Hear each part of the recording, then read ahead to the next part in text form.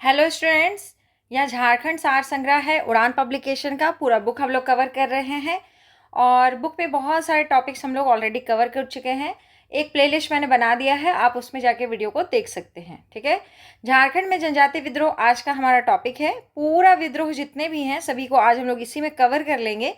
Topic थोड़ा लंबा है लेकिन क्वेश्चन इससे पूछे जाएंगे और आपको झारखंड में विद्रोह की जानकारी होनी चाहिए। ठीक है, तो इसी को हम लोग शुरू कर रहे हैं। आइए इसकी शुरुआत करते हैं।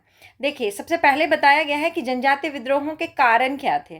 तो राजनीतिक कारण भी था, आर्थिक कारण भी था और सामाजिक सांस्कृतिक कारण भी था, जिसके सब मिलजुल कर एक विद्रोह का स्वरूप ले लेता है। ठीक है, तो सबसे पहले हम लोग देखेंगे कि राजनीतिक कारण में कौन कौन से कारण थे। थोड़ा आपको देखने में यहाँ दिक्कत हो रहा होगा, थोड़ा ये ब्लर है, लेकिन इसके बाद आगे आपको और दिक्कत नहीं होगा। तो हम पढ़ते हैं और आप ध्यान से सुन लीजिए, तब भी काम हो जाएगा। ठीक है, आदिवासी क्षेत्रों पर अधिकार का प्रयास हो रहा था, ये राजनीतिक कारण में हम लोग पढ़ रहे हैं। आदिवासी शासकों को नियंत्रित करने का प्रयास किया जा रहा था। आदिवासी स्वायत्तता पर नियंत्रण का प्रयास किया जा रहा था। ब्रिटिश नियमों व कानूनों को थोपने का प्रयास हो रहा था। इसके अलावा ब्रिटिश कर्मचारियों द्वारा आदिवासियों का शोषण हो रहा था और जमींदारों द्वारा आदिवासियों को भड़काया जाना भी राजनीतिक कारण था। ठीक है, अब देखिए कि आर्थिक कारण क्या क्या थे जनजातीय विद्रोह का। तो जमींदारों साहूकारों द्वारा आदिवासियों का शोषण हो रहा था। अंग्रेजों द्वारा स्थायी बंदोबस्त लागू किया गया। ठीक है, अकालों की पुनरावृत्ति का प्रभाव, बार बार अकाल पड़ रहे थे। कृषि संबंधी अन्य समस्याएं और वन कानूनों द्वारा निर्वाह साधनों पर नियंत्रण।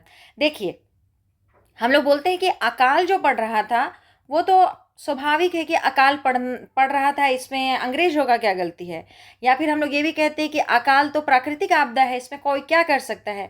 तो जानिए कि उस समय जो अकाल के पुनरावृत्ति हो रहा था वो कोई भी प्राकृतिक कारण की वजह से नहीं हो रहा था। ये एक तरह से आप पूरा जब हम आपको समझाएंगे अकालों की पुनरावृत्ति का कारण, तो आप जानेंगे कि ये प्राकृतिक ना होकर के एक तरह से कहिए तो ये मानव जनित था।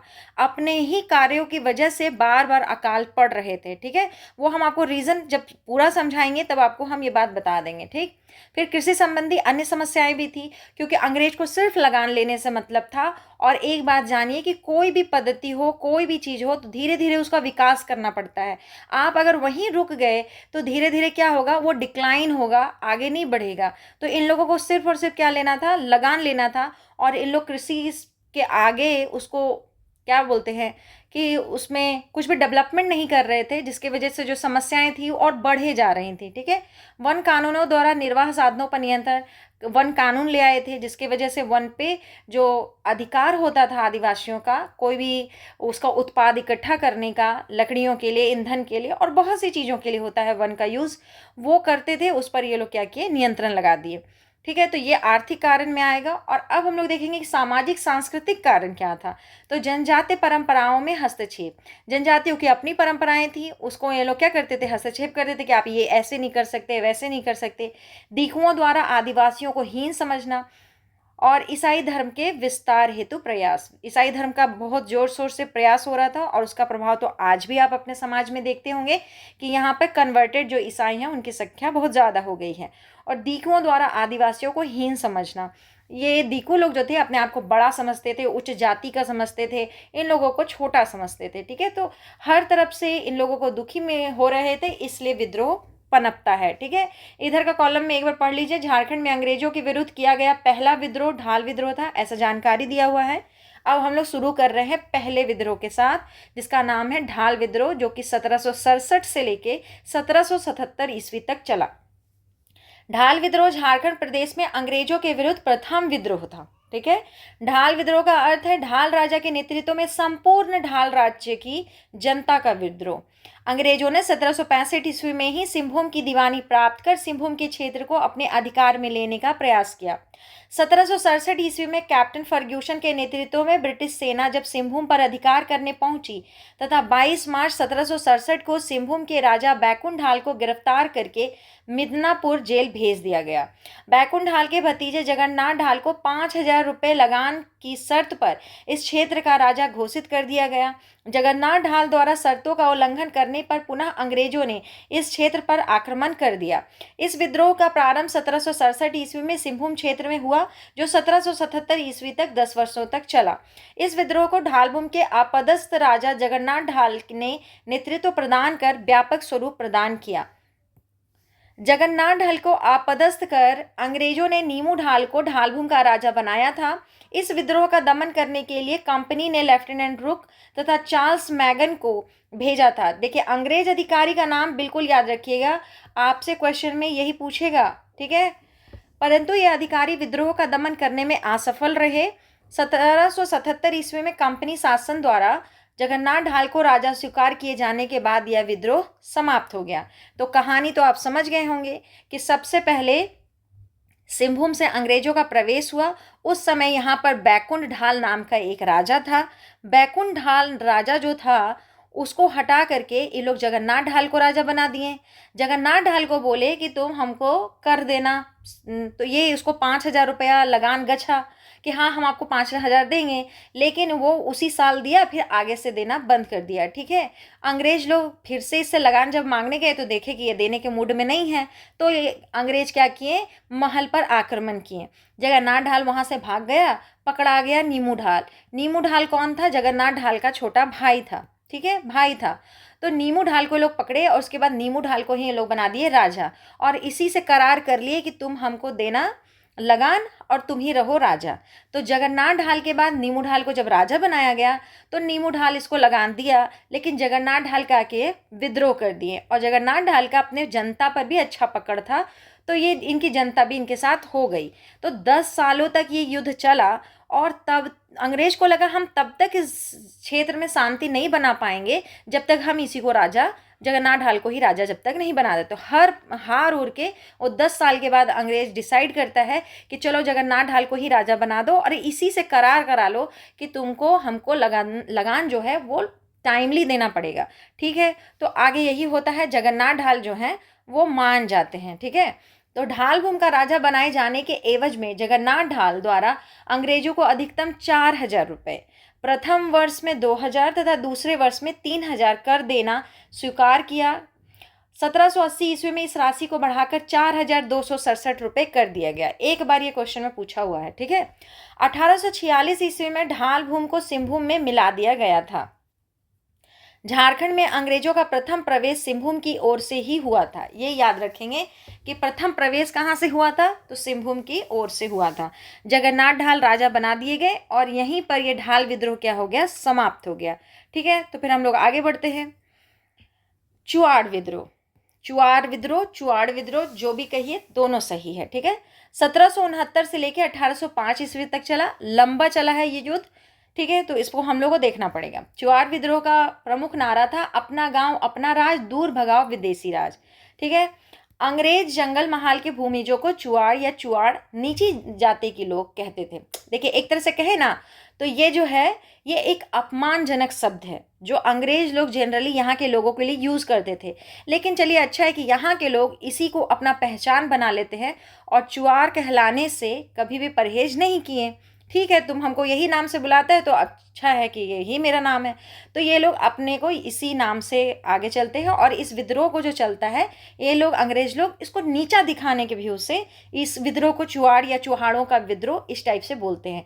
और आप अगर हम लोग के एरिया के, झारखंड और बिहार इस सब के एरिया के, तो ऐसे भी जिसको हम लोग देख करके कहना चाहते हैं कि अरे तुम बड़ी बदमाश है, तो हम लोग कह देते हैं यार चुआड़ जैसा काहे कर रहा है, ऐसे बोल देते हैं।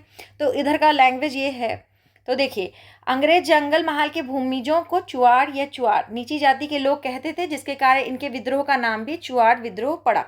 सामान्यतः चुआड़ लोग पशु पक्षियों के शिकार, जंगलों में खेती व वनोत्पादों के व्यापार द्वारा अपना भरण पोषण करते थे। इसके अलावा ये लोग स्थानीय जमींदारों के यहाँ सिपाही या पाइक के रूप में कार्यरत थे।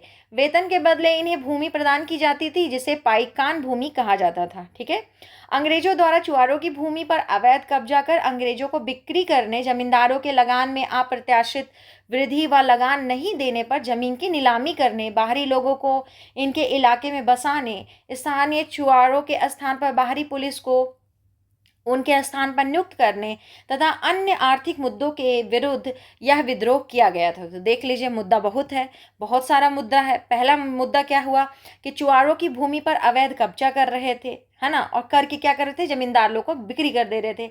जमींदारों के लगान में अप्रत्याशित वृद्धि व लगान नहीं देने पर जमीन की नीलामी कर देना। मतलब कि देखिए, किसी से भी लगान लीजिएगा तो थोड़ा बहुत ना लीजिएगा, अब आप उपज का 60-70% तो नहीं ले सकते हैं। तो अगर 60-70% ले और वो नहीं दे पाया तो उसका जमीन ही पूरा नीलाम कर दिए।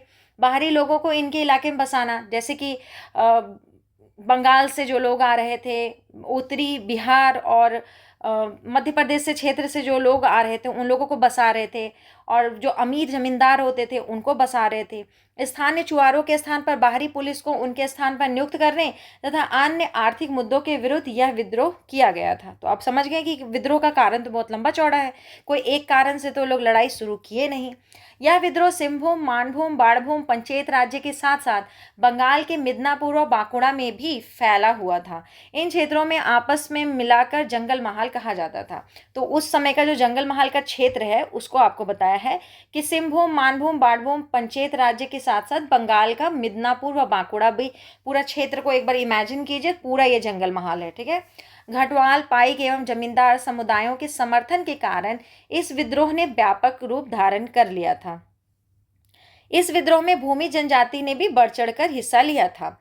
इस विद्रोह को ढालभूम के राजा जगन्नाथ ढाल ने भी अपना समर्थन प्रदान किया था, क्योंकि देखिए समय लगभग वही है, तो जब समय एक ही है तो समर्थन होगा ही। इस विद्रोह में श्यामगंजम, रघुनाथ महतो, सुबल सिंह, जगन्नाथ पातर, इनका जो कार्य समय था 1769 से लेकर 71 तक था। मंगल सिंह 1782 से लेकर 84 तक इसको नेतृत्व दिए थे। लाल सिंह, दुर्जन सिंह व मोहन सिंह, मोहन सिंह का समय बता रहा है 1798 से 99 तक का जो प्रतिनिधित्व देने का काम मोहन सिंह करेंगे। ये सभी क्या थे, महत्वपूर्ण भूमिका अदा किए थे। दुर्जन सिंह मानभूम तथा बड़ाभूम में इस विद्रोह के प्रमुख नेता थे। ठीक है। अब देखिए, पर्टिकुलर प्लेस के नाम के साथ नेता का नाम बताया है तो याद रखिए कि मानभूम तथा बड़ाभूम में दुर्जन सिंह। इस विद्रोह का प्रमुख नारा था अपना गांव अपना राज, दूर भगाओ विदेशी राज। याद रखेंगे इसको। Lieutenant Goodyear, captain Forbes, major Crawford व लेफ्टिनेंट नन को इस विद्रोह के दमन हेतु भेजा गया था। इतने लोग आए हैं, 1 2 3 4, 4 लोग आए हैं। अंग्रेजों ने 1778 ईस्वी में इस विद्रोह के नेता रघुनाथ महतो को लोटा गांव सिल्ली के पास एक सभा के दौरान घेर कर मार दिया। तो अगर पूछे कभी कि लोटा गांव में किनकी मृत्यु हुई थी तो रघुनाथ महतो, और बाकी याद रखिएगा समय भी। 1782 ईस्वी में इस विद्रोह का प्रसार झालदा में मंगल सिंह के नेतृत्व में, 1782-83 में मानभूम व बड़ा भूम में तथा 1792 में पाटकोम में हो गया। देखिए, यही सब है छोटे छोटे चीज जो आपको रटना पड़ेगा। ठीक है। इस सब चीज को ध्यान से पढ़ते चलेंगे। 1792 ईस्वी में पंचायत राज्य से बकाया कर की वसूली नहीं होने के कारण इसे नीलांबर मित्रा को बेच दिया गया, जिसके परिणाम स्वरूप यहां भी विद्रोह प्रारंभ हो गया। लगभग 30 वर्ष से अधिक समय तक इस अशांत क्षेत्र में शांति बहाल करने हेतु अंग्रेजों ने इस क्षेत्र के लोगों को कुछ सुविधाएं देने का निर्णय लिया। ठीक है। अशांत जब सब कुछ हुआ तो कुछ सुविधा देने का निर्णय लिए। अंग्रेजों ने 1809 में जमींदारी पुलिस बल का गठन किया था, जिसका प्रमुख उद्देश्य चुआड़ विद्रोह का दमन करना था। ठीक है। तो 1809 याद रखेंगे, जमींदारी पुलिस बल का गठन, ये क्वेश्चन पूछता है, इंपॉर्टेंट है। ठीक है। 6 मार्च 1800 ईस्वी को इस एक प्रस्ताव द्वारा जमींदारी घटवारी पुलिस व्यवस्था को पुनर्स्थापित किया गया, जिसके तहत स्थानीय लोगों को पुलिस अधिकारियों के रूप में नियुक्ति की व्यवस्था की गई। साथ ही पाइकों की जब्त भूमि की वापसी व जमींदारों की भूमि की अवैध नीलामी पर रोक का भी निर्णय लिया गया। 1805 ईस्वी में जंगल महाल जिला के निर्माण के बाद इस क्षेत्र में पुनः शांति व्यवस्था बहाल हुई। तो ठीक है, विद्रोह का परिणाम के तौर पे इसको याद रखिएगा कि जमींदारी घटवारी पुलिस व्यवस्था 6 मार्च 1800 ईस्वी को पुनर्स्थापित किया गया। जो पहले जिनको पाइक के तौर पर रखा जाता था उन्हीं को फिर से रखा जाने लगा, और 1805 ईस्वी में जंगल महाल जिला के निर्माण के बाद इस क्षेत्र में पुनः शांति बहाल हो गई। ठीक है। लेकिन ये यहीं रुकेगा नहीं, आगे इसी तरह से क्रम चलता रहेगा और विद्रोह होते रहेंगे। ठीक है। अब हम लोग पढ़ेंगे चेरो विद्रोह 1770 से लेके 1819। चेरो विद्रोह देखिए, प्रथम चरण, द्वितीय चरण, तृतीय चरण। पहला चरण जो है 1770 से 71 तक चला, द्वितीय चरण 1800 से लेके 200, और तृतीय चरण जो है 1800 1817। तो अब हम लोग चेरो विद्रोह के बारे में पढ़ेंगे। प्रथम चरण 1770 से लेकर 1771। यह विद्रोह मुख्यतः पलामू में उत्तराधिकार की लड़ाई के रूप में प्रारंभ हुआ, जिसमें जय कृष्ण राय ने रंका के ठकुराई अमर सिंह की सहायता से रंजीत राय की हत्या कर दी थी। अब देखिए, इसको समझने के लिए पहले आपको ना पूरा एक कहानी समझना पड़ेगा। तो पूरे विद्रोह को समझने के लिए सबसे पहले एक कहानी सुनना होगा आपको और कहानी समझना होगा। जब आप कहानी समझ जाएंगे तो आप विद्रोह को भी समझ जाएंगे कि कारण क्या था। ठीक है, तो सबसे पहले कैरेक्टर समझिएगा एक एक करके ध्यान से, उसके बाद हम लोग चीज़ों को आगे बढ़ते जाएंगे, समझते जाएंगे। ठीक है, सबसे पहले सुनिए कि एक राजा था जिसका नाम था साहेब राय। ठीक है, ये पलामू का चेरो शासक है। साहेब राय एक राजा है, उसका बेटा जो है रंजीत राय वो राजा बनता है, और इसका समय रहता है 1716 से लेकर के 1722। ठीक है, 1716 में ये राजा बनता है और 1722 में इसकी हत्या कर दी जाती है, और इसका हत्या करने वाला कोई और नहीं होता, इसी का भतीजा है जय कृष्ण राय। ठीक है, जो कि बहुत महत्वाकांक्षी राजा है, और ये रंजीत राय जो अपने चाचा को ही मार देता है 1722 ईस्वी में, और 1722 ईस्वी में खुद राजगद्दी पर बैठ जाता है। ठीक है, जय कृष्ण राय एक बहादुर शासक था और अपने भी करप्ट था, तो बाकी काम अच्छा करता था। ठीक है, तो ये जो था 1722 ईस्वी से लेकर के 1770 ईस्वी तक बहुत लंबा समय होता है। ये होता है ना, एक राजा के लिए अच्छा खासा लंबा समय है 1770 तक। मतलब ये 1722 ईस्वी में अपने चाचा रंजीत राय की हत्या करता है और 1770 तक राजा बना हुआ रहता है। ठीक है, इतना आप समझ गए कि एक राजा है सहबल राय, उसका बेटा है रंजीत राय, और रंजीत राय का हत्या उसका भतीजा करके जय कृष्ण राय लंबे समय तक शासक बने हुए रहते हैं, चेरो राजा बने रहते हैं पलामू के। ठीक है, अब यहाँ से समझना शुरू कीजिए। ये सबसे पहले अपना रंजीत राय जो चाचा था उसको मारा था। समय के साथ इसका पोता भी हुआ, मतलब इसका जनरेशन आगे तो जाएगा ही, तो इसका एक पोता है जिसका नाम है चित्रजीत राय। चित्रजीत राय रंजीत राय का क्या है, पोता है। और ये कैरेक्टर याद रखिएगा, क्योंकि ये राज परिवार का है, इसलिए यही आगे जब युद्ध लड़ेगा तो ये राजा बनेगा। ठीक है, ध्यान। ठीक है, अब देखिए, जय कृष्ण राय केवल एक का हत्या नहीं करता है, दूसरा वो रंका के ठाकुर सयनाथ सिंह की हत्या कर देता है। ठीक है, ये जय कृष्ण राय पहले तो अपने चाचा को मार के राजगद्दी पे बैठा है, दूसरा ये सयनाथ सिंह जो कि रंका के ठाकुर हैं उनकी भी हत्या कर देता है। तो एक दुश्मन तो इधर से इसका चित्रजीत राय खड़ा है, दूसरा सयनाथ सिंह भी जो है उसका भी एक भतीजा रहता है जो अपने चाचा का मृत्यु का बदला लेना चाहता है, जिसका नाम रहता है जयनाथ सिंह। क्या नाम है इसका, जयनाथ सिंह। ये चैनपुर का राजा है। याद रखिएगा कि ये राज परिवार का नहीं है, इसलिए ये बाद में जाकर के दीवान बनेगा। ठीक है, क्योंकि अगर ध्यान से चित्रजीत राय को देखें तो ये इसका खानदान का ही तो आदमी है ना, रंजीत राय से तो इसका रिलेशन था, रंजीत राय से तो जयकृष्ण राय से भी इसका क्या है, ब्लड रिलेशन है, परिवार का है। तो यही चित्रजीत राय एक तरह से कहेगा कि हम इसके राजगद्दी के उत्तराधिकारी बनते हैं और ये लड़ाई लड़ेगा, इसका साथ देगा ये जयनाथ सिंह, क्योंकि इसको भी इससे बदला लेना है, इस पर्सन को भी इससे बदला लेना है, इसको भी इससे बदला लेना है। तो ये दोनों क्या कर लेंगे, दोस्ती कर लेंगे। तो चित्रजीत राय और जयनाथ सिंह दोनों के बीच में समझौता हो जाता है। यहाँ देख रहे हैं आप। देखिए, इस टाइप का चित्र कोई हार्ड नहीं है, इसको आप अगर कोई भी मेंस में बनाएंगे तो आपको बहुत अच्छा मार्क्स मिलेगा। ठीक है, तो सर बहुत अच्छा पहल किए हैं इस टाइप का, और हम लोग को भी इसको अपने हाथ से ड्रॉ करके क्या करना चाहिए, थोड़ा हैबिट बनाना चाहिए। ठीक है, तो चित्रजीत राय और जयनाथ सिंह में दोनों में समझौता हो गया। अब यही लोग लड़ाई लड़ेंगे जय कृष्ण राय से। 1770 ईस्वी में चेतमा की लड़ाई सतबरवा के निकट होगा। हम लोग को चेतमा की लड़ाई से क्वेश्चन पूछा जाता है।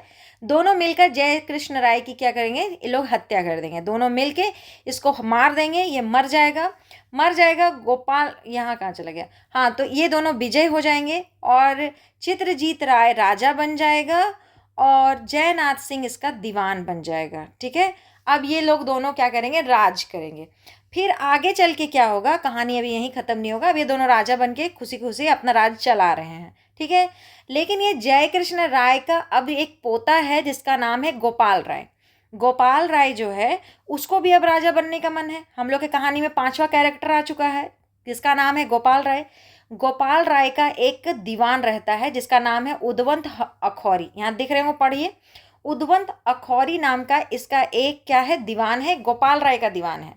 वो सोचता है कि डायरेक्टली तो हम इसे जीत नहीं पाएंगे।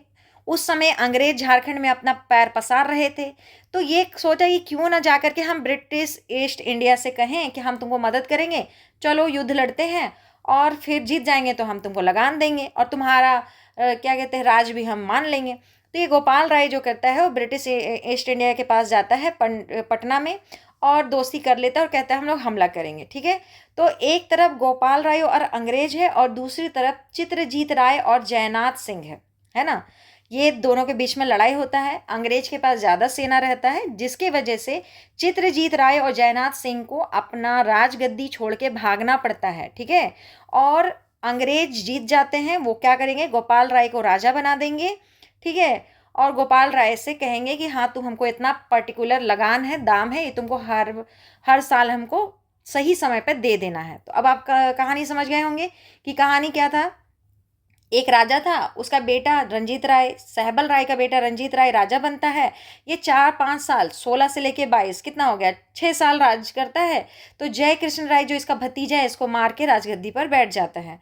फिर ये अपने जो राजा के काल में एक और हत्या करता है, जो सैनाथ सिंह जो रंका के ठाकुर रहते उसकी हत्या करता है। जय कृष्ण राय जब अपनी चाचा का रंजीत राय का हत्या करता है तो रंजीत राय का एक पोता चित्रजीत राय इससे बदला लेना चाहता है और सैनाथ सिंह जो है उसको मारने की वजह से उसका भतीजा सैनाथ सिंह नहीं, सॉरी, जय कृष्ण राय से बदला लेना चाहता है। दोनों मिलकर इस पे हमला करते हैं और इसकी हत्या कर देते हैं, इसको मार काट के हटा देते हैं। फिर ये दोनों राज करते हैं। लेकिन ये जय कृष्ण राय का जो पोता है वो अंग्रेज से जाके दोस्ती कर लेता है और अंग्रेज और गोपाल राय मिलकर के जब युद्ध लड़ते हैं तो ये दोनों को अबर क्या होगा, हरा दिया जाएगा। अब ये दोनों साइड होगा, ठीक है। अब आप कहानी समझ गए हैं। अब चलिए कि हम लोग पढ़ क्या रहे थे। तो हम लोग पढ़ रहे हैं प्रथम चरण चेरो विद्रोह का, है ना। यह विद्रोह मुख्यतः पलामू में उत्तराधिकार की लड़ाई के रूप में प्रारंभ हुआ, जिसमें जय कृष्ण राय ने रंका के ठकुराई अमर सिंह की सहायता से रंजीत राय की हत्या कर दी थी। जय कृष्ण राय ने अमर सिंह के पुत्र सैनाथ सिंह की भी हत्या कर दी थी।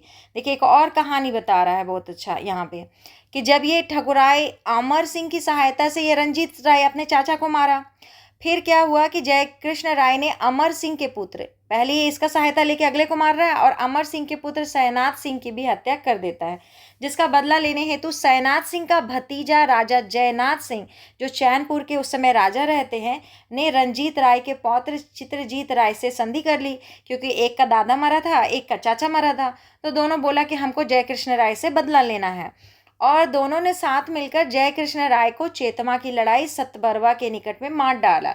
कभी भी एक काम कीजिए, जो ये छोटा छोटा लड़ाई है ना उसको एक जगह पेपर पे लिख लिया कीजिए कि चेतमा की लड़ाई कब हुआ था, किसके किसके बीच में हुआ था, और शॉर्ट फॉर्म में थोड़ा बहुत स्टोरी भी लिख लीजिए कि हाँ याद आ जाएगा, माइंड तुरंत क्लिक करेगा कि हाँ हम जय कृष्ण राय और चित्रजीत राय वाला स्टोरी सुने थे, ठीक है। उसको छोटा सा लिख लेना चाहिए कहीं।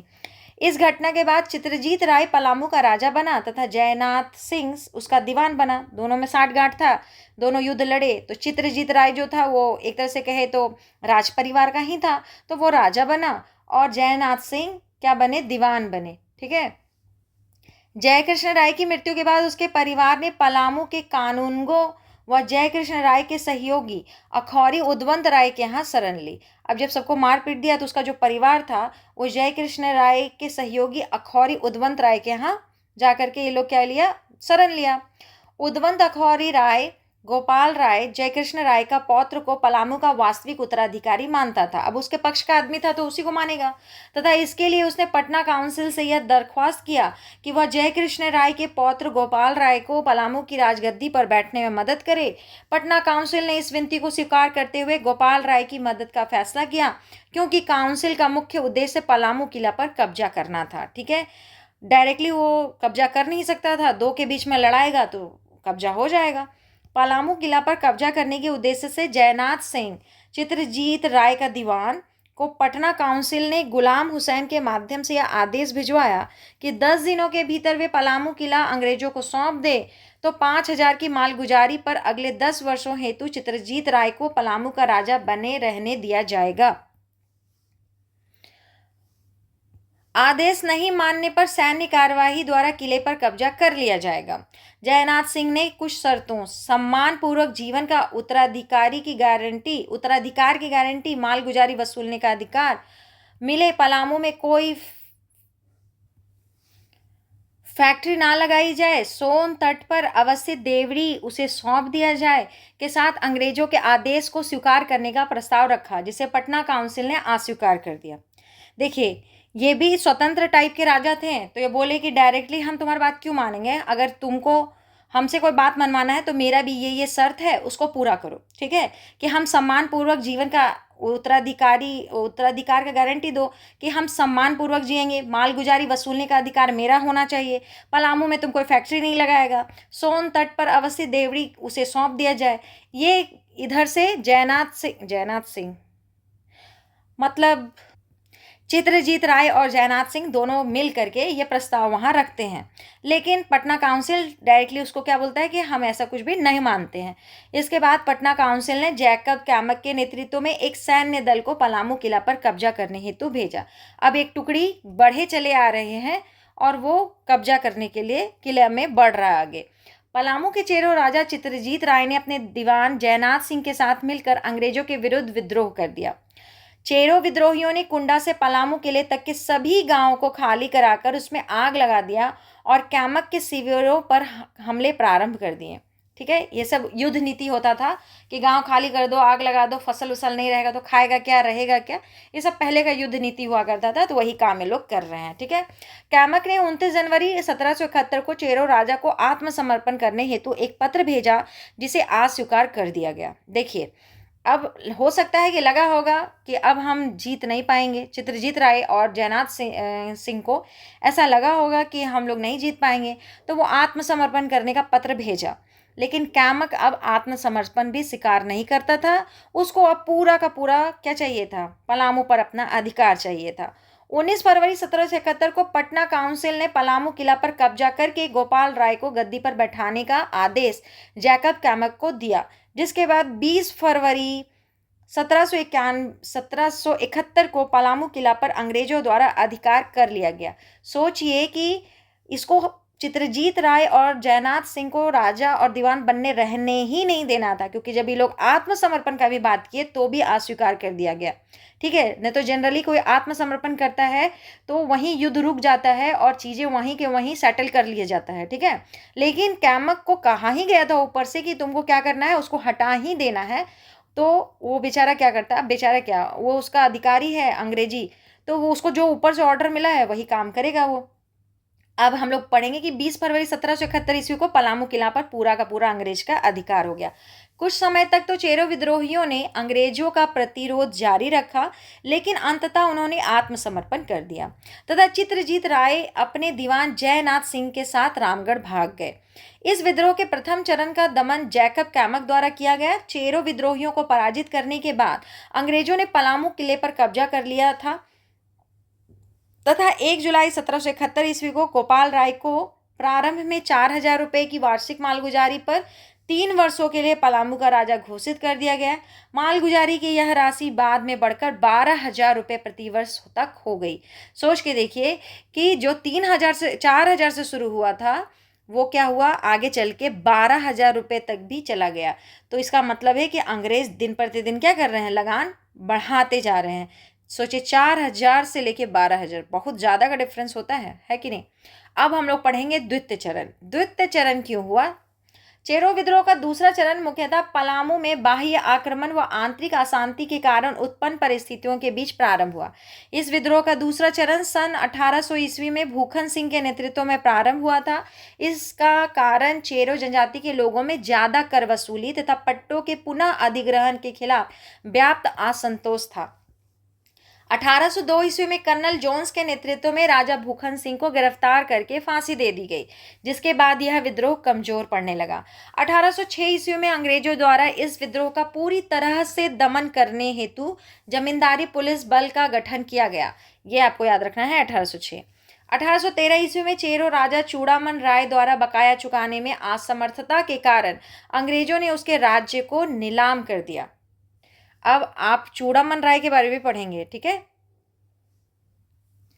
पहले तो लोगों का लगान का दर बहुत ज़्यादा है, उसके बाद एक और बात है कि नहीं दिए तो डायरेक्ट उस चीज़ को क्या कर दिया जाएगा, नीलाम कर दिया जाएगा।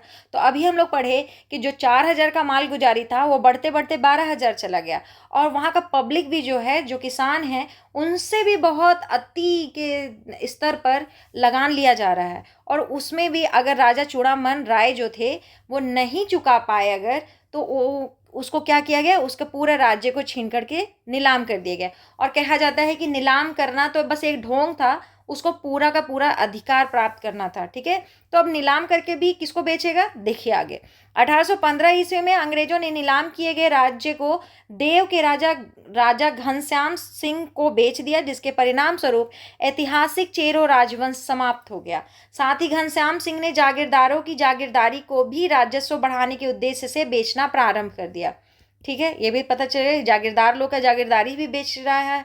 उपरोक्त घटनाओं के परिणाम स्वरूप चेरो जनजाति के लोग, जागीरदार एवं पूर्व के राजा व उनके समर्थकों ने सामूहिक रूप से अंग्रेजों के विरुद्ध विद्रोह करने का निर्णय लिया तथा 1817 ईस्वी में अंग्रेजों के विरुद्ध पुनः एक व्यापक विरोध प्रारंभ हुआ।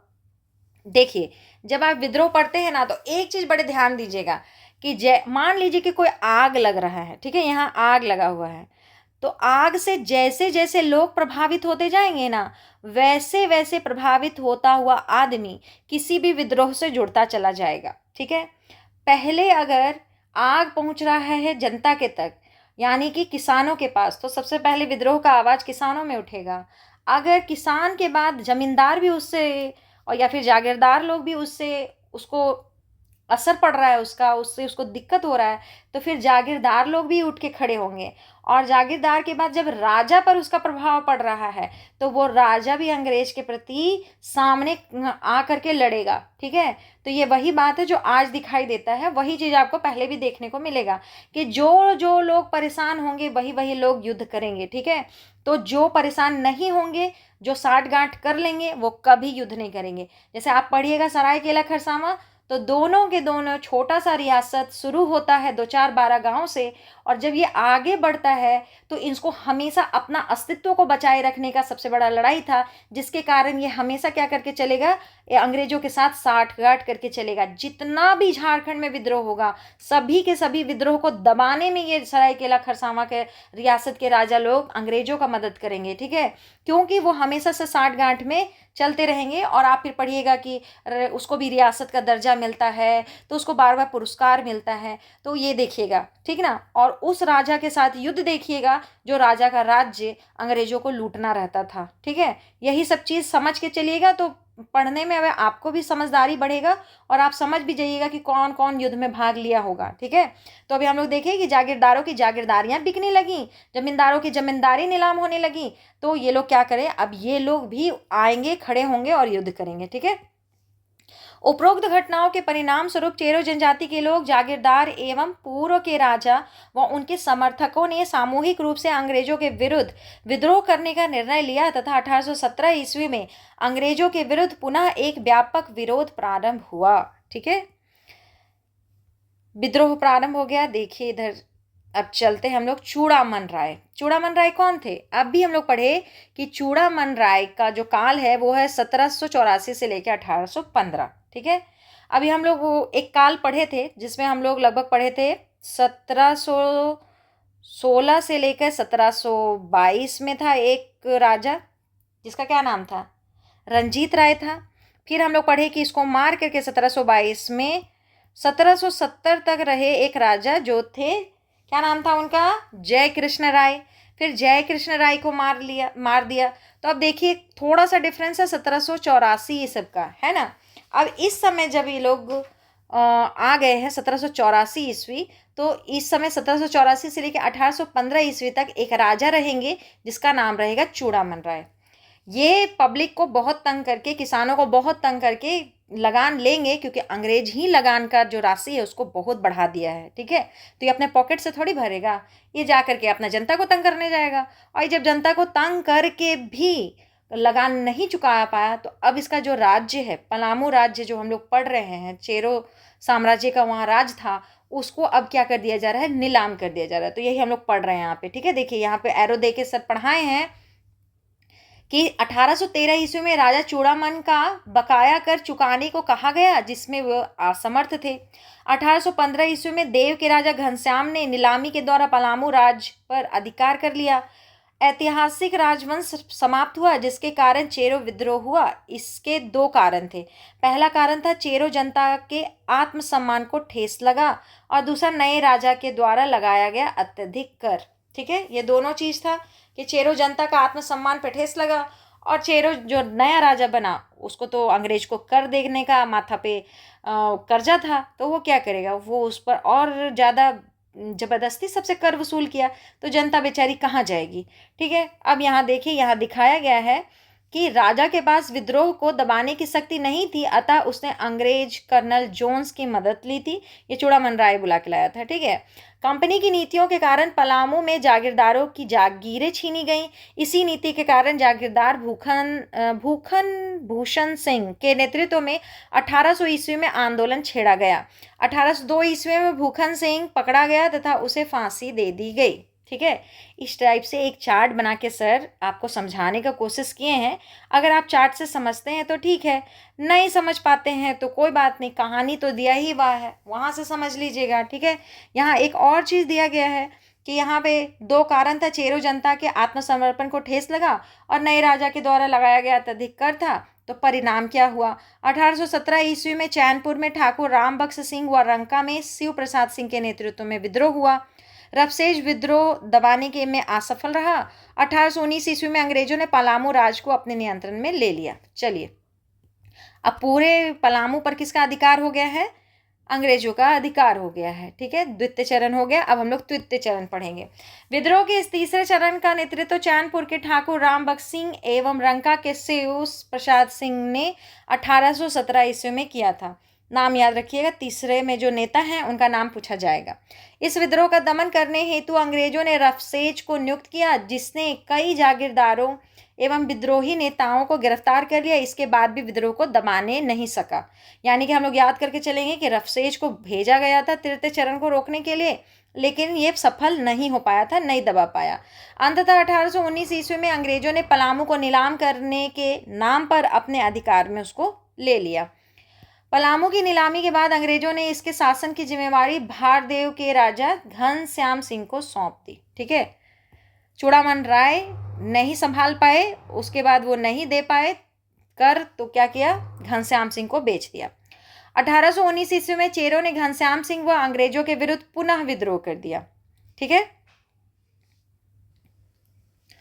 विद्रोह को शांत करने हेतु अंग्रेजों ने चूड़ामन राय को 200 रुपये प्रति माह पेंशन प्रदान करने की घोषणा की, परंतु इससे भी विद्रोह शांत नहीं हुआ।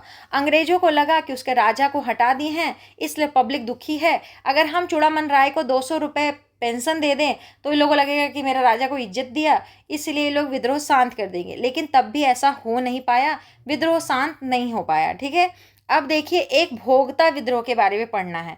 अगर आप ढंग से जानिएगा तो भोक्ता विद्रोह भी साथ साथ चल रहा है।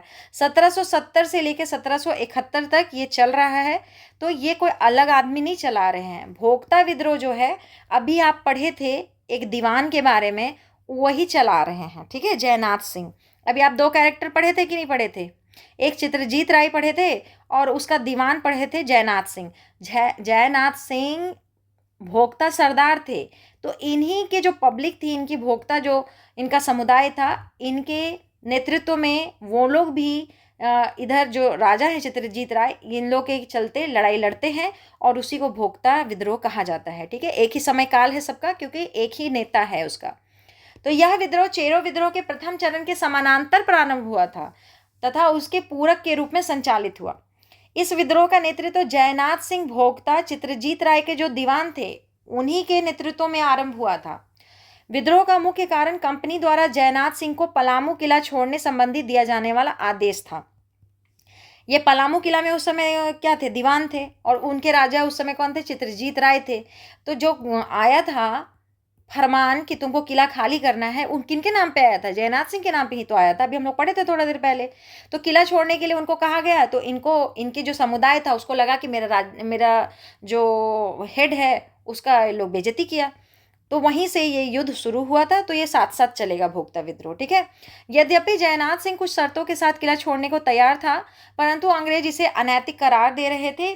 परिणाम था जयनाथ सिंह ने कंपनी के विरुद्ध विद्रोह कर दिया। अभी हम लोग पढ़े थे ना कि जयनाथ सिंह और चित्रजीत राय का भी अपना कुछ मांग था कि तुम हमको सम्मानजनक उत्तराधिकार दो, फिर तुम हमको लगान वसूलने का अधिकार दो, ये सब चीज़ है ना, कि आप फैक्ट्री नहीं लगाओ यहाँ, ये सब चीज़ें थी।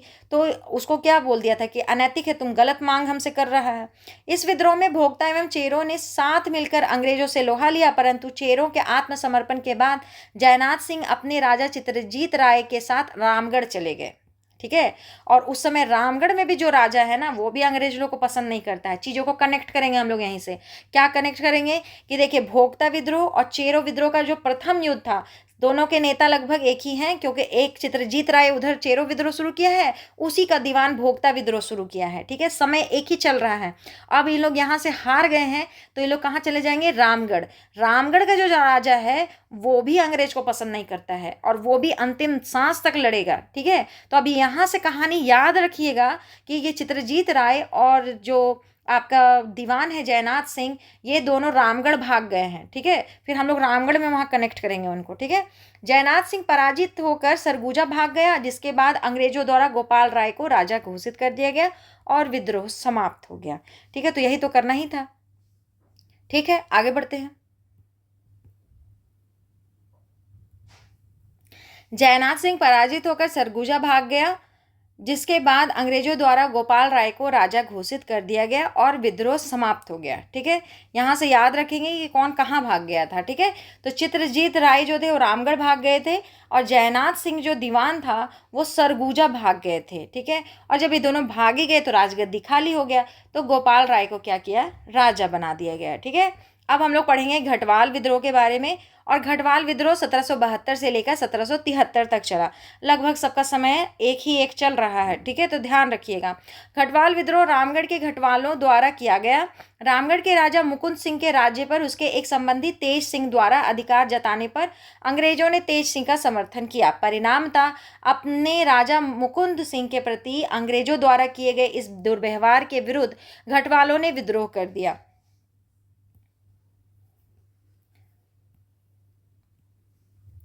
यह विद्रोह 25 अक्टूबर 1772 को तब प्रारंभ हुआ जब रामगढ़ के राजा मुकुंद सिंह के राज्य पर कैप्टन कैमक की सेना ने दक्षिण की ओर से तथा उत्तर की ओर से तेज सिंह ने एक साथ धावा बोल दिया।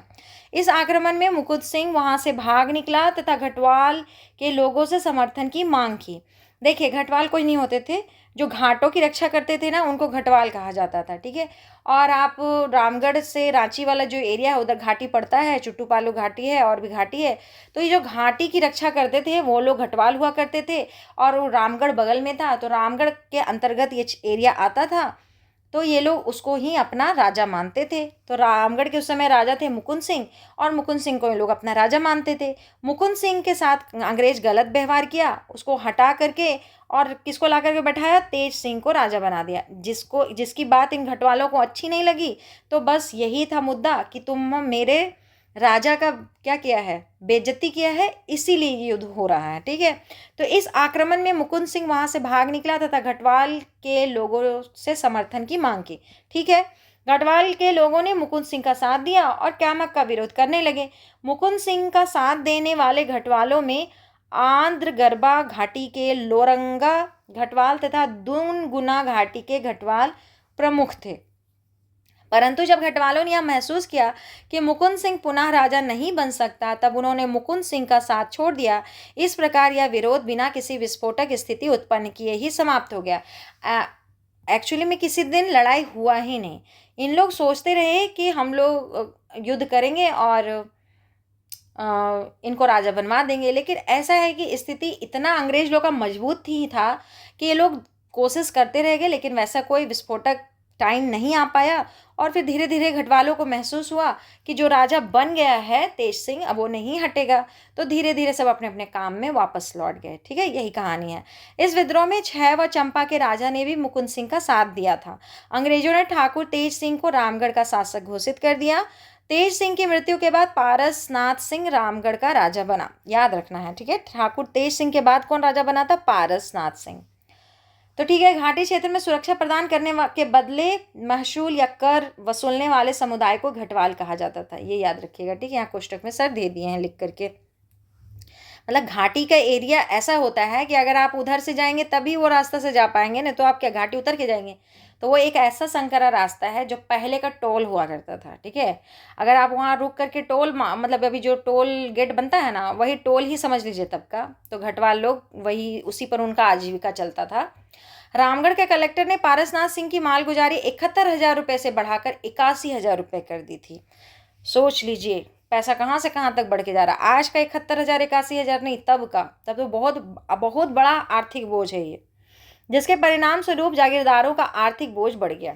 ठीक है, मुकुंद सिंह अपनी गद्दी खोने के बाद से कभी शांत नहीं रहा तथा वह लगातार अंग्रेजों का विरोध करता रहे। कभी भी क्वेश्चन पूछे कि कौन सा राजा था जो शुरू से लेकर अंत तक अंग्रेजों के विरुद्ध ही खड़ा रहा, तो ये मुकुंद सिंह जी हैं। ठीक है, कहाँ के राजा हैं? तो रामगढ़ के राजा हैं। अब देखिए यहाँ पे एक चार्ट समझाया गया है आपको कि ये मुकुंद सिंह जी हैं जो कि रामगढ़ के राजा हैं। वो उत्तर की ओर से तेज सिंह आक्रमण किया और दक्षिण की ओर से क्यामक हमला किया। दो तरह, मतलब कि दो फ्रंट पर लड़ने की वजह से मुकुंद सिंह हार गए। ठीक है, यही बताया गया है यहाँ। फिर मुकुंद सिंह के बारे में बताया कि बंदी बनाए जाने के डर से मुकुंद सिंह पंचेत भाग गए। ठीक है, आंध्र गरबा घाटी के लोरंगा घटवाल व दुनगुना घाटी के घटवाल मुकुंद सिंह के वफादार थे इनके, और उन लोग साथ भी इनका दिए थे। छैवा चंपा के रैयतों ने भी मुकुंद सिंह का साथ दिया था, ये भी बताया जा रहा है। दोनों को जोड़ के बोल रहा है कि दोनों ने मिलकर क्यामक से मुकाबला किया परंतु पराजित हो गए। ठीक है, कोई विस्फोटक लड़ाई हुआ नहीं था। अंततः घटवाल समझ गए कि मुकुंद सिंह पुनः राजा नहीं बन पाएंगे, परिणाम तो वे अपने अपने काम धंधे में लग गए। यही बात था कि ये लोग भी, छह और चंपा के रैयत लोग भी इनका साथ देने के लिए तैयार थे और घटवाल भी इनका साथ देने के लिए तैयार थे, लेकिन लगा कि अब ये पॉसिबल नहीं है, तो वहीं पे ये लोग क्या किए, अपने अपने काम में बिजी हो गए सब के सब। मुकुंद सिंह अपनी गद्दी खोने के बाद से कभी भी शांत नहीं रहा तथा वह लगातार अंग्रेजों का विरोध करता रहा। रघुनाथ सिंह मुकुंद सिंह का समर्थक था। अंग्रेजों ने रघुनाथ सिंह से समझौता करना चाहा परंतु उसने इनकार कर दिया, जिसके परिणाम स्वरूप एकरमेन और डेनियल के संयुक्त प्रयास से रघुनाथ सिंह गिरफ्तार कर चटगांव भेज दिया गया। रामगढ़ में अशांत माहौल के कारण कैप्टन क्रॉफर्ड को रामगढ़ की सुरक्षा की जिम्मेदारी सौंपी गई। बार बार युद्ध हो रहा था तो उसको सौंपा गया कि तुम शांति बना के रखो। रामगढ़ में अशांत माहौल के कारण रैयत पलायन करने लगे, जिसे देखते हुए उप कलेक्टर जी डलास ने सरकार से विनती की कि रामगढ़ के राजा को राजस्व वसूली से मुक्त कर दिया जाए और राजस्व वसूली के लिए प्रत्यक्ष बंदोबस्त की व्यवस्था की जाए। ठीक है, अब रैयत तो परेशान होंगे ही, ज़्यादा कर लिया जाएगा तो। चलिए, पहाड़िया विद्रोह। अब अलग विद्रोह, हम लोग दूसरा विद्रोह शुरू कर रहे हैं जिसका नाम है पहाड़िया विद्रोह। 1772 से लेके 1782 तक चलेगा। बहुत लोग इसमें आएंगे जाएंगे, बहुत नेता हैं इसमें। ठीक है, पहाड़िया जनजाति की 3 उपजातियां हैं। तो कौन कौन से हैं? एक है सौर्य पहाड़िया, माल पहाड़िया, कुमार भाग पहाड़िया। सौर्य पहाड़िया का संकेंद्रण जो है राजमहल, गोड्डा और पाकुड़ क्षेत्र में है। माल पहाड़िया का दुमका, जामताड़ा, देवघर, पाकुड़ और गोड्डा में है। कुमार भाग पहाड़िया जो है उनका दुमका, जामताड़ा, देवघर, पाकुड़ और गोड्डा में है। यह जानकारी आपको दिया गया है। ठीक है, देखिए पहाड़िया विद्रोह 4 चरणों 1772, 1778, 1779, 1781-82 में घटित हुआ तथा सभी चरणों में इस विद्रोह के कारण भिन्न भिन्न थे। प्रथम चरण जो था, पहले प्रथम चरण के बारे में पढ़ेंगे। 1772 ईस्वी में यह विद्रोह तब प्रारंभ हुआ जब पहाड़िया जनजाति के प्रधान की नृशंस एवं विश्वासघाती हत्या मनसबदारों ने कर दी, जबकि पहाड़िया जनजाति के लोग राजमहल क्षेत्र में मनसबदारों के अधीन थे और मनसबदारों से उनके अच्छे संबंध थे। तो विश्वास होने के बाद भी ये लोग जब इसको हत्या कर दिए तो यहाँ से जो है लड़ाई का शुरुआत हो जाता है। विद्रोह के इस चरण का नेतृत्व रमना आहाड़ी ने किया। इसके अन्य प्रमुख नेता सूर्य चंगरू सांवरिया, करिया पुलहर, पांचगे डोंबा, नायब सुरजा आदि थे। इनका नाम याद रखिएगा और विद्रोह का नाम याद रखिएगा कि पहाड़िया विद्रोह के प्रथम चरण से जुड़े हुए नेता हैं सूर्य चंगरू सांवरिया, करिया पुलहर, पांचगे डोंबा, नायब सुरजा। विद्रोह के इस चरण के दौरान पहाड़ी विद्रोहियों ने सनकारा के महाराज सुमेर सिंह की हत्या कर दी थी। तो एक तरफ से तो लड़ाई होगा नहीं, अब एक तरफ से लड़ाई होगा तो दूसरी तरफ से भी हत्या तो होगा ही। ठीक है, यहाँ पे देखिए कोष्टक में जो दिया है वो पहले हम पढ़ लेते हैं क्योंकि हम बाद में उसको छोड़ के चले जाते हैं। पहाड़िया विद्रोह के प्रमुख नेता प्रथम चरण के 1772 ईस्वी में रमना आहाड़ी, सूर्य चांगरू सांवरिया, करिया पुलहर, पांचगे डोंबा, नायब सुरजा। द्वितीय चरण जो 1778 ईस्वी में चला था जगन्नाथ देव, और चतुर्थ चरण जो चला था उसमें रानी सर्वेश्वरी हैं। ठीक है, ये सब मेन है। चलिए द्वितीय चरण पर हम लोग आ जाते हैं। 1778 ईस्वी में यह आंदोलन जगन्नाथ देव के नेतृत्व में प्रारंभ किया गया था। 1778 ईस्वी में ऑगस्टस क्लीवलैंड अत्यंत खुश मिजाज होने के कारण इसे झिलमिल साहब या चिलमिल साहब भी कहा जाता था। याद रखिएगा इसको, तिलका मांझी मारेंगे तीर से। संथाल परगना का कलेक्टर एवं पुलिस अधीक्षक नियुक्त किया गया। ये अभी देखिए आया है इस समय, ठीक है, अभी आया है 1778 ईस्वी में। क्लीवलैंड ने 9 माह के भीतर 47 पहाड़िया सरदारों को अपने पक्ष में कर लिया तथा 1300 पहाड़िया लोगों को धनुर्धारी के रूप में 2 से लेकर के 10 रुपये प्रति माह के वेतन पर नियुक्त कर लिया। देखिए क्लीवलैंड को बहुत होशियार समझा जाता है और ये होशियार था, सच में बहुत होशियार था। ये आया तो देखा कि अपना सेना पे खर्चा करने से बढ़िया है और पहाड़िया से लड़ने से बढ़िया है कि पहाड़िया का जो इन लोगों का लड़ने का जो क्षमता है और इस एरिया को ये लोग जानते हैं बहुत अच्छा से, तो क्यों ना इन्हीं लोग का एक टुकड़ी बनाया जाए। ठीक है, जिसको पेमेंट दिया जाए। उस समय ना कैश में पैसा मिलता नहीं था जल्दी किसी को, तो ये कैश में पैसा देने के लिए तैयार हो गया, नियमित तौर पर देने के लिए तैयार हो गया। तो इस तरह से 2 से लेकर के 10 रुपये तक का कैटेगरी वाइज, जैसे आज पद होता है ना हर जगह, ठीक उसी प्रकार से जो जितने पद पर रहता था उस हिसाब से किसी को 2 रुपया, किसी को 4 रुपया, किसी को 5 रुपया, किसी को 8 रुपया, किसी को 10 रुपया मिला करता था। ठीक है, इस टाइप से रिक्रूटमेंट हुआ करता था। तो रिक्रूट करता था ये, और फिर ये क्या है, अब इसका सेना है तो इसका बात मानेगा, तो इसको यहाँ के लोगों को मारने के लिए, दबाने के लिए बाहर से सेना लाना नहीं पड़ेगा और तुरंत वहाँ की जो भौगोलिक परिस्थिति है, सामाजिक परिस्थिति है, उसको समझने में भी समय नहीं लगेगा। तो ये इसलिए इसको बहुत होशियार कहा जाता है। ठीक है, तो क्लीवलैंड यही काम करता है।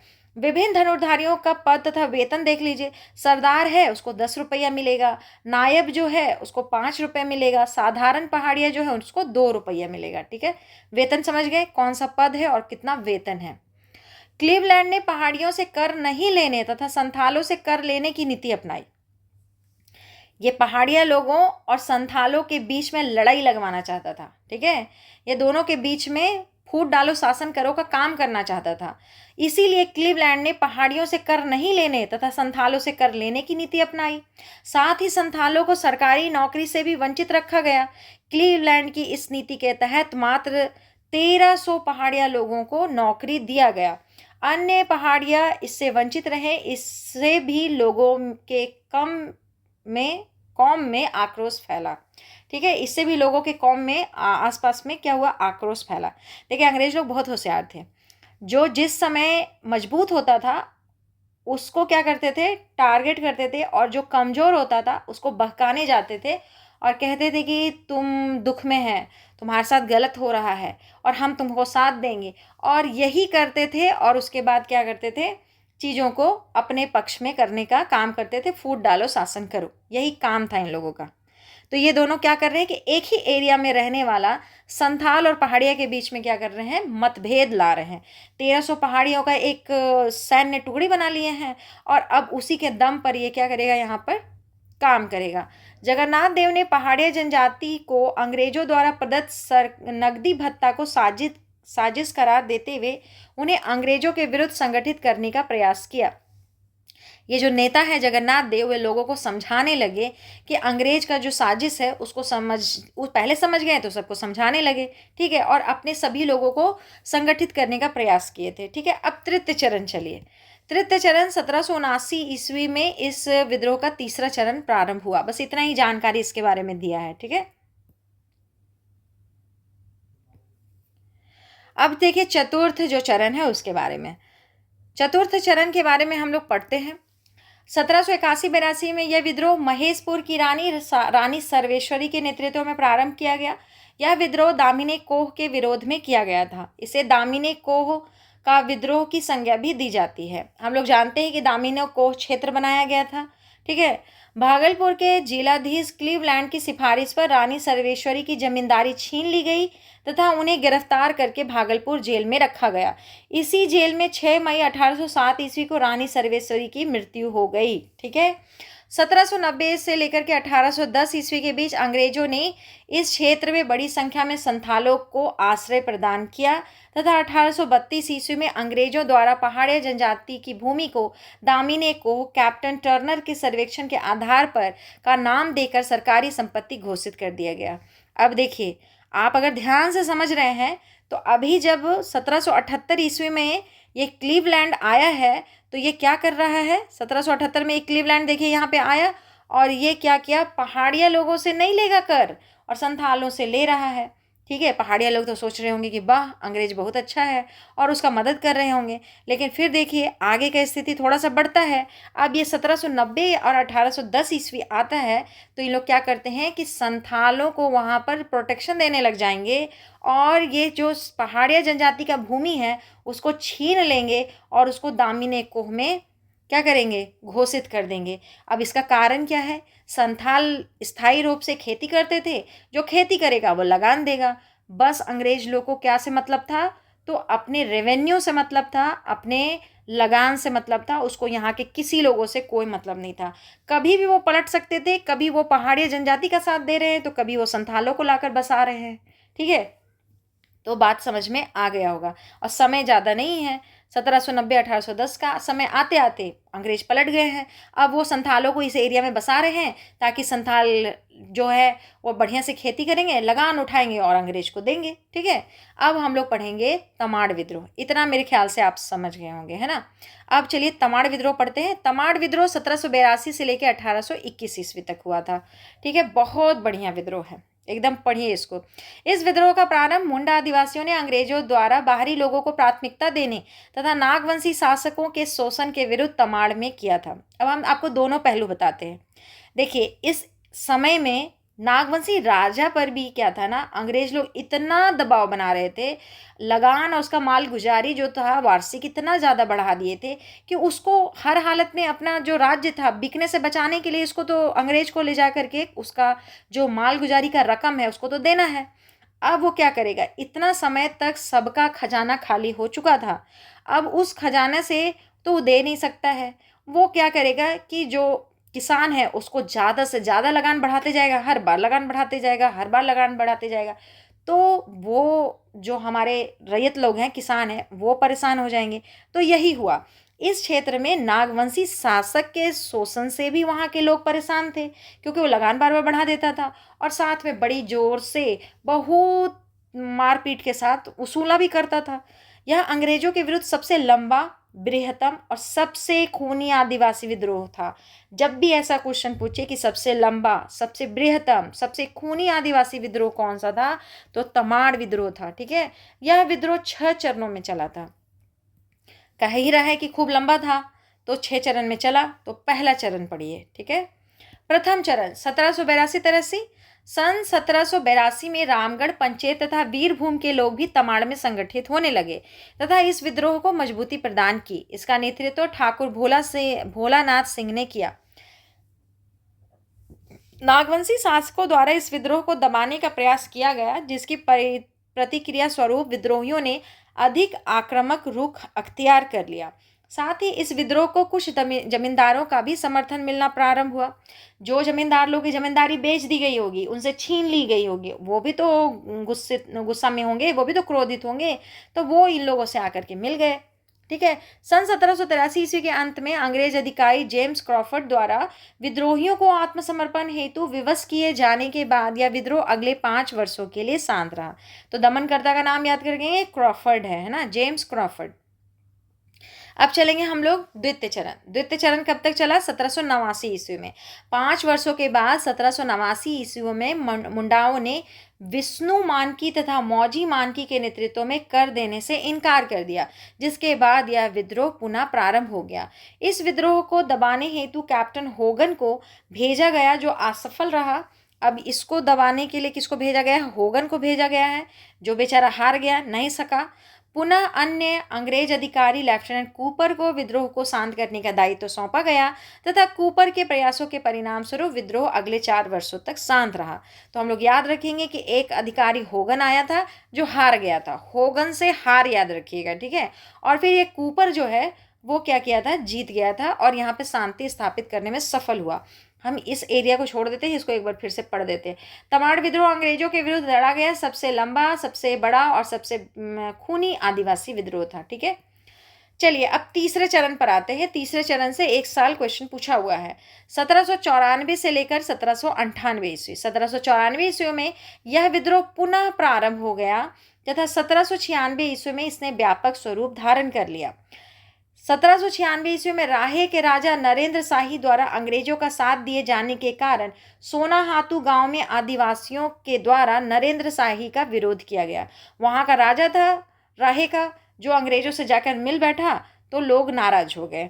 यह विद्रोह तमाड़ के ठाकुर भोलानाथ सिंह के नेतृत्व में प्रारंभ हुआ था। इसके अतिरिक्त सिल्ली के ठाकुर विश्वनाथ सिंह, विशुनपुर के ठाकुर हीरानाथ सिंह, बुंडू के ठाकुर शिवनाथ सिंह एवं आदिवासी नेता राम शाही मुंडा ने भी इस विद्रोह में प्रमुखता से भाग लिया। विद्रोहियों द्वारा रिश्तेदार की हत्या किए जाने के बाद राहे के राजा नरेंद्र शाही फरार हो गए। विद्रोही क्या किए? ये जो राजा है नरेंद्र शाही, उसका रिश्तेदार लोग को मार दिए। तो उसको समझ में आ गया कि अगर हम भी हत्थे चढ़े तो हम भी मारे जाएंगे, इसलिए भाग गया।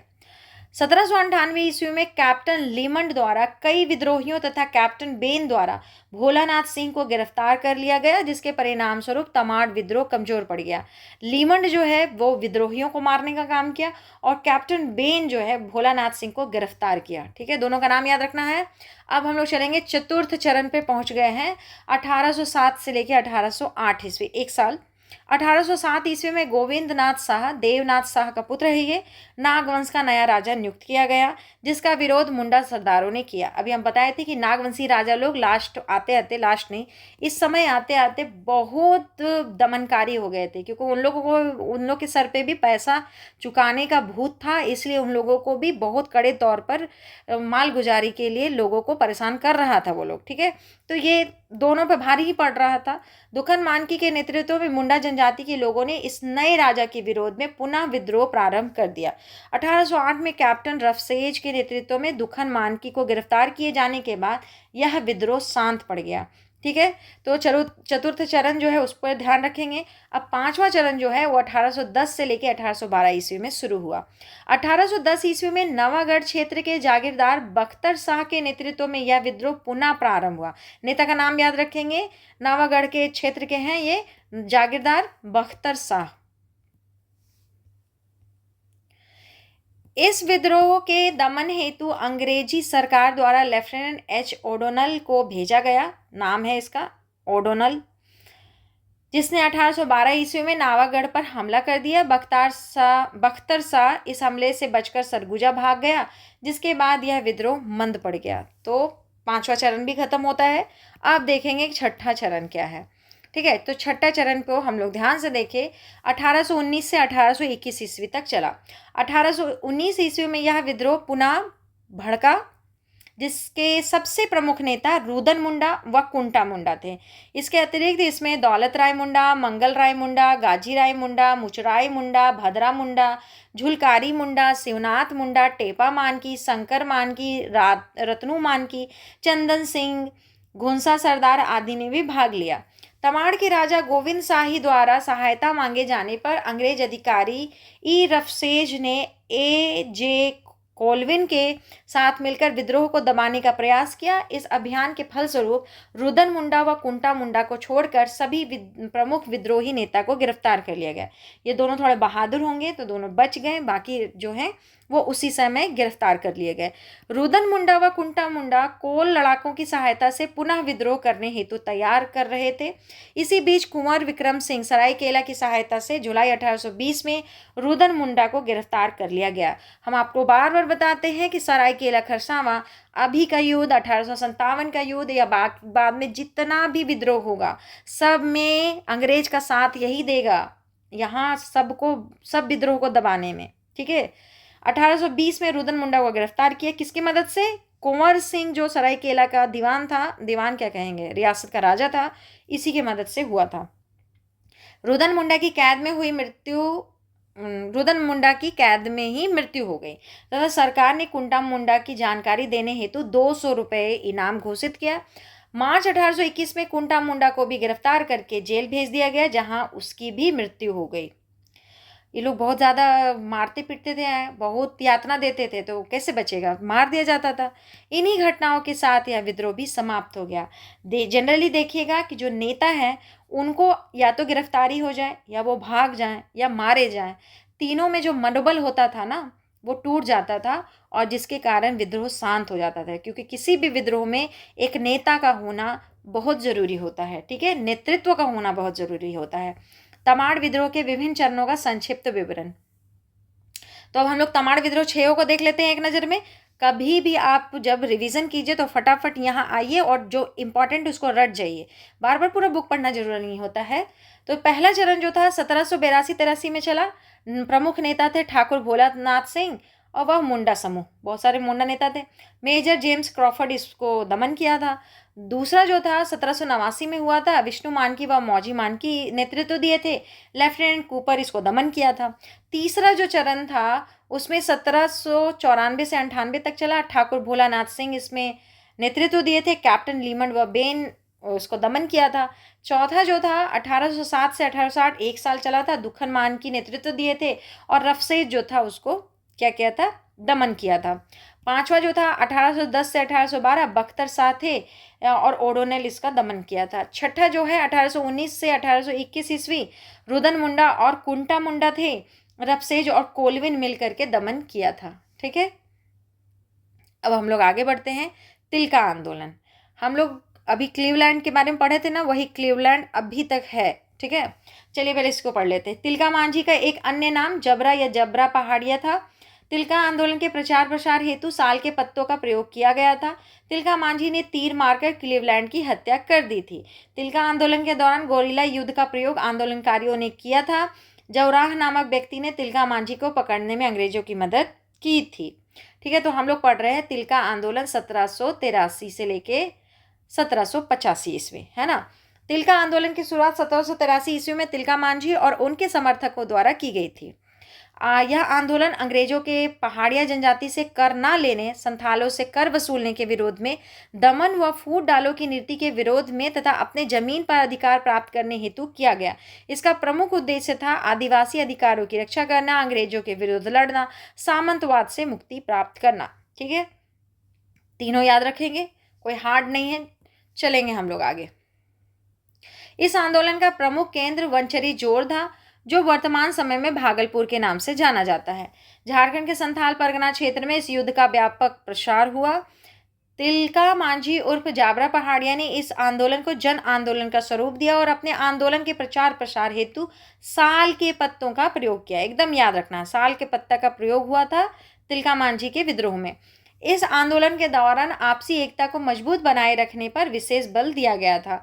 इस विद्रोह में महिलाओं ने भी भाग लिया था। ये महिलाएं ही थी जो साल के पत्तों पर लेकर जाती थी। जैसे एक कोई और महिला जो आपके अब तो नहीं आती हैं, पहले तो हम लोग के तरफ आती थी, उसको क्या कहते हैं, कुछ कुछ छोटे छोटे चीज़ जैसे गेंद बेचने, पत्ता बेचने और जो हम लोग ब्रश करते हैं अभी, पहले दतुन होता था, दतुन बेचने ये सब आती थी ना, तो पहले भी वही लोग के मार्केट में क्या किया जाता था, साल के पत्तों में जो संदेश होता था वो लिख करके भेज दिया जाता था, ठीक है। और वही गली गली घूम के जैसे सामान बेचने के क्रम में और साथ में ये जो मैसेज था सबको पहुंचा देती थी।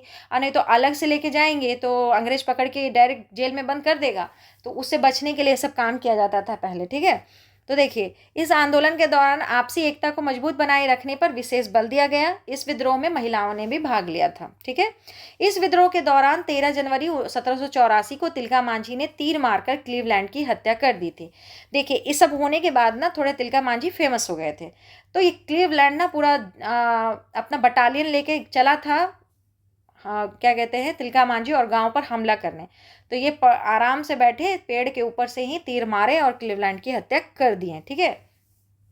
क्लीवलैंड की हत्या के उपरांत अंग्रेज अधिकारी आयरकूट ने तिलका मांझी को पकड़ने हेतु व्यापक अभियान चलाया। अंग्रेजों द्वारा तिलका मांझी के खिलाफ कार्यवाही किए जाने पर तिलका मांझी ने छापामार युद्ध, गुरिल्ला युद्ध का प्रयोग किया। छापामार युद्ध की शुरुआत तिलका मांझी द्वारा सुल्तानगंज पहाड़ी से किया गया था। संसाधनों की कमी होने के कारण तिलका मांझी कमजोर पड़ गए तथा अंग्रेजों ने उसे धोखे से पकड़ लिया। पहाड़िया सरदार जौहरा खूंखार दस्यु ने तिलका मांझी को पकड़वाने में अंग्रेजों का सहयोग किया। 1785 ईस्वी में अंग्रेजों द्वारा तिलका मांझी को गिरफ्तार कर लिया गया, ठीक है। तो आपको याद क्या क्या रखना है, आपको याद रखना है कि 13 जनवरी 1784 ईस्वी को क्लीवलैंड की हत्या की गई थी, ठीक है। 13 जनवरी 1784। फिर इनको गिरफ्तार कब किया गया था, तो 1785 में इनको गिरफ्तार कर लिया गया था, ठीक है। फिर देखिए आगे चलते हैं हम लोग। और मदद कौन किया था, तो क्लीवलैंड ही एक जस्ता बनाया था, एक बटालियन बनाया था, जिसमें वो क्या किया था, पहाड़िया सरदारों को और पहाड़िया लोगों को अपने यहाँ सेना के तौर पर एक टुकड़ी बनाकर रखा था। उसी का जो सरदार था ना, जौहरा, वही तिलका मांझी को पकड़वाने में मदद किया था। गिरफ्तार करने के बाद तिलका मांझी को घोड़े से बांधकर भागलपुर बाजार में घसीटा गया, जिसके कारण उनका शरीर लहूलुहान हो गया। बाद में अंग्रेज अधिकारियों ने फांसी सजा दे दी।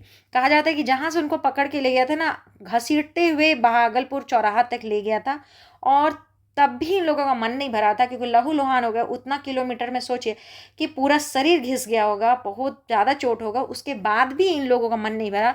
फिर जाके तुरंत उसको क्या कहते हैं, फांसी पर लटका देते हैं। तिलका मांझी को 13 जनवरी 1785 ईस्वी को भागलपुर में बरगद के पेड़ पर फांसी पर लटकाया गया। आप सोच के देखिए कि 1784 में ये मारे हैं क्लीवलैंड को, 1 साल तक इन लोग कितना प्लानिंग बनाया होगा इनको पकड़ने के लिए तिलका मांझी जी को।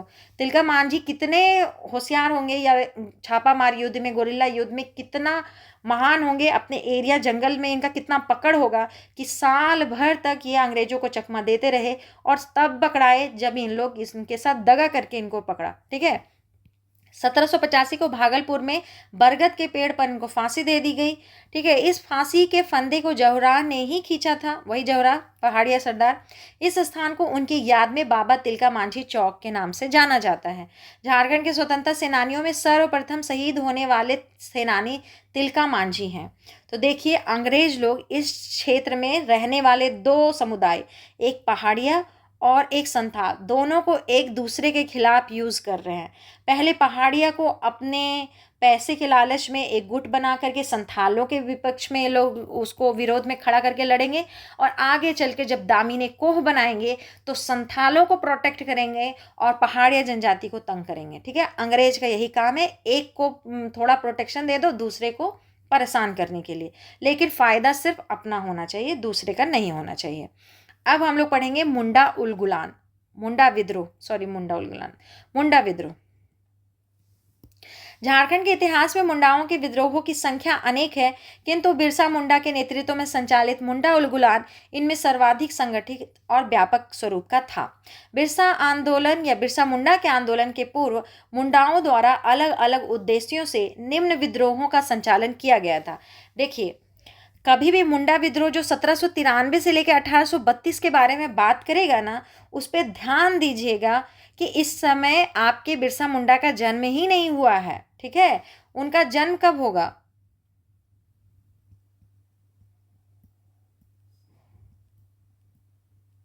यही समय है ना इनका, 1895 से लेकर 1900 में इनकी मृत्यु हो जाती है, 1895 में ये जन्म लेते हैं, ठीक है।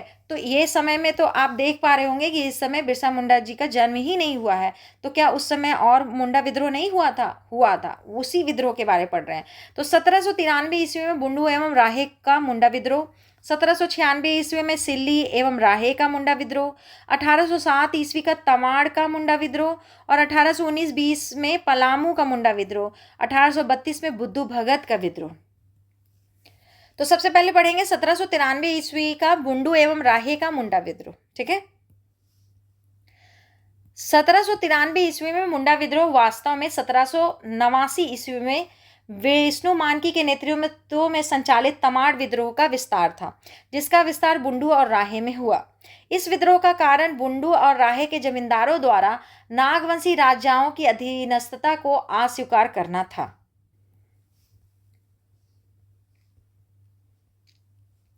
इस विद्रोह का दमन मेजर फॉलर द्वारा किया गया। 1796 ईस्वी का सिल्ली एवं राहे का मुंडा विद्रोह अब हम लोग पढ़ेंगे। ठीक है। 1796 ईस्वी में सिल्ली एवं राहे के मुंडा विद्रोह को रामशाही मुंडा और ठाकुर दास मुंडा ने नेतृत्व प्रदान किया। इस विद्रोह के दौरान मुंडाओं ने नरेंद्र शाही तथा कुंवर लक्ष्मण शाही के गढ़ों पर अधिकार कर लिया। छोटा छोटा है, याद कर लीजिए, बहुत ज़्यादा जानकारी इसके बारे में नहीं मिला है। 1807 ईस्वी का तमाड़ का मुंडा विद्रोह, 1807 में तमाड़ में मुंडा विद्रोह का नेतृत्व दुक्खन मानकी ने किया। इस विद्रोह का मुख्य उद्देश्य बंदोबस्ती व्यवस्था का विरोध करना था। ठीक है। 1819 से 20 ईस्वी तक का पलामू का मुंडा विद्रोह, पलामू में 1819-20 में भूकन सिंह के नेतृत्व में मुंडा विद्रोह का संचालन हुआ था। 1832 ईस्वी में बुद्धू भगत का मुंडा विद्रोह, 1832 ईस्वी के मुंडा विद्रोह का नेतृत्व बुद्धू भगत ने किया था। इस विद्रोह को लड़का महाविद्रोह भी कहा जाता है। इस विद्रोह का विस्तार सिलागाई क्षेत्र में था। बुद्धू भगत कोल विद्रोह से भी जुड़े हुए रहे थे। हम लोग कोल विद्रोह 1831-32 पढ़ते हैं ना, उसी के नेता हैं ये। ठीक है। अब हम लोग पढ़ेंगे हो विद्रोह। ठीक है। हो विद्रोह हम लोग अगले वीडियो में पढ़ेंगे। ठीक है। तो इसको यहीं समाप्त करते हैं। धन्यवाद।